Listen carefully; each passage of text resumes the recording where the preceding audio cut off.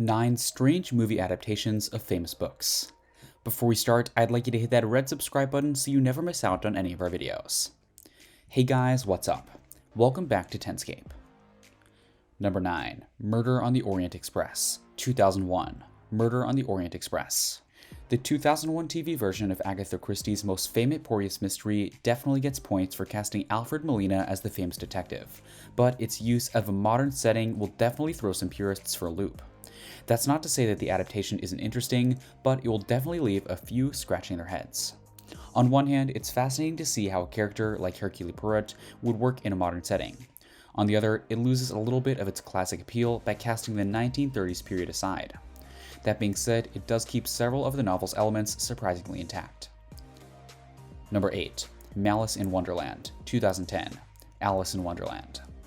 Where their modernization of Murder on the Orient Express at least tries to be a decent adaptation, Malice in Wonderland feels like a disorganized fever dream. This modernized Alice looks and feels like someone spent a little too much time smoking with the caterpillar, and this was the end result of that collaboration. Instead of a little girl lost in an enchanted magical world, Alice is an American law student who gets taken for a wild ride in London's seedy underground. Much like the original novel, however, it's the weirdness that makes it memorable.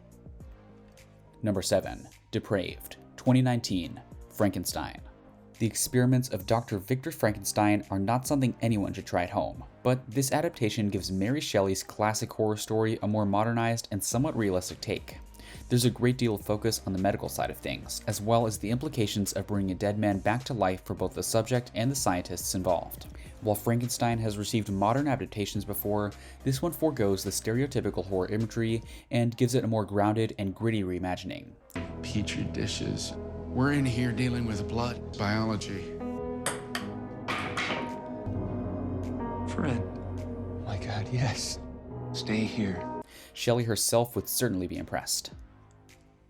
Number 6. The Nutty Professor, 1996. The Strange Case of Dr. Jekyll and Mr. Hyde.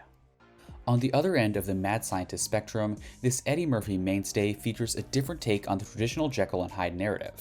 While it's actually a remake of the Jerry Lewis film of the same name, The Nutty Professor features the same backbone of Jekyll and Hyde's relationship seen in the original story. Hyde isn't just the evil version of Jekyll, just as Buddy Love isn't the evil version of Sherman Klump. In reality, the two are just the uninhibited and uncensored sides of the other. With so many versions of the same story, it's amazing to see that detail in a comedic adaptation like this. Number 5. Oh Brother, Where Art Thou? 2000. The Odyssey. When someone thinks of the Odyssey, they probably don't picture chain gangs, bluegrass music, and the Ku Klux Klan. That is, of course, if they don't consider the Coen brothers adaptation. Trading in ancient Greece for the American South in the late 30s, this version of Homer's epic manages to keep all of the highlights of the original story with a surprisingly functioning twist. Be the one with the capacity for abstract thought. Boys, just stick with me.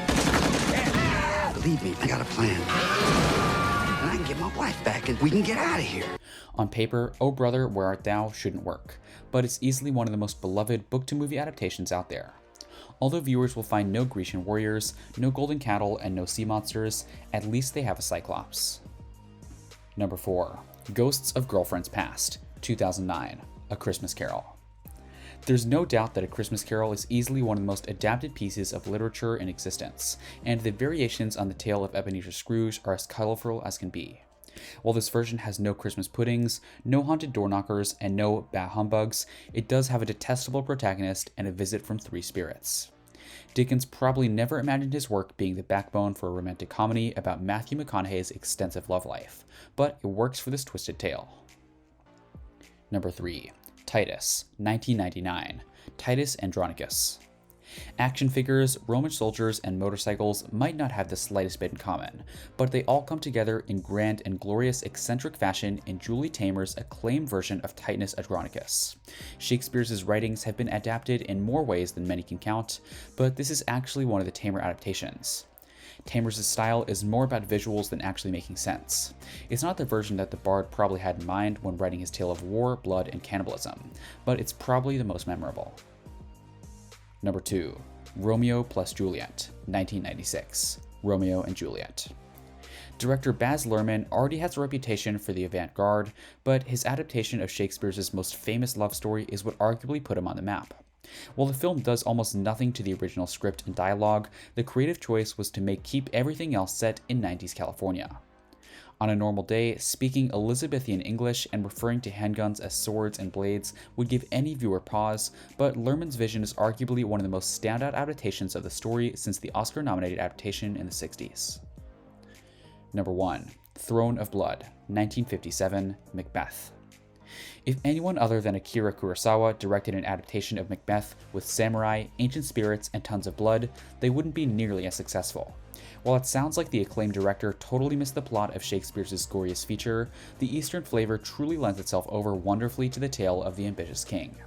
Swapping the castles for imperial palaces, the witches for a mysterious spirit, and kilts for Karuta, it's easily one of the most celebrated adaptations of Shakespeare's work. This brings us to the end of our video. I hope you enjoyed it. Hit like if you did, and don't forget to subscribe to the channel so you don't miss any of our videos in the future. Also, watch the 2 videos that are on your screen because I'm sure you'll love them. With that, I'll see you in the next video.